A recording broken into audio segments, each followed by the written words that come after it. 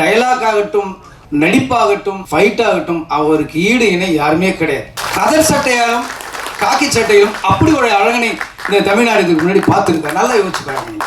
கதர் சட்டையில் போட்டு வந்த அந்த அழகு அப்படி பார்க்கறதுக்கு கண்ணு பார்த்து, காக்கி ட்ரெஸ் அந்த போலீஸ் யூனிஃபார்ம் பார்த்தா அந்த கம்பீரத்தை பார்க்கறதுக்கு கண்ணுக்கு பத்தாது. அப்படி ஒரு ஒன்று ரியல் போலீஸு கூட நம்ம இந்த மாதிரி வரணும்டா அப்படின்ற மாதிரி ஒரு இன்ஸ்பிரேஷனாக இருக்கிற உருவம் தான் கேப்டன். நிறைய பண்ணாரு. அதுக்கப்புறம் என்னுடைய திருமணத்துக்கு வந்தாரு.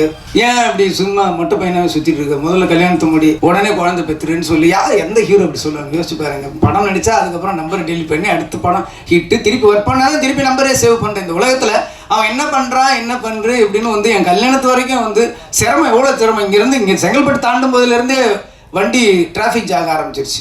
கிட்டத்தட்ட ஒரு 7,000 8,000 வெஹிக்கிள்ஸ் எல்லாமே தொண்டர்கள் தான். அன்னைக்கு வரலாறு காணாத கூட்டம்னா என்னக்காக கிடையாது, கேப்டனுக்காக. அந்த ஸ்டேஜில் அவ்வளோ கூட்டத்தில் நாங்கள் 2 பேரும் இப்படி முண்டிட்டு இருந்தோம்.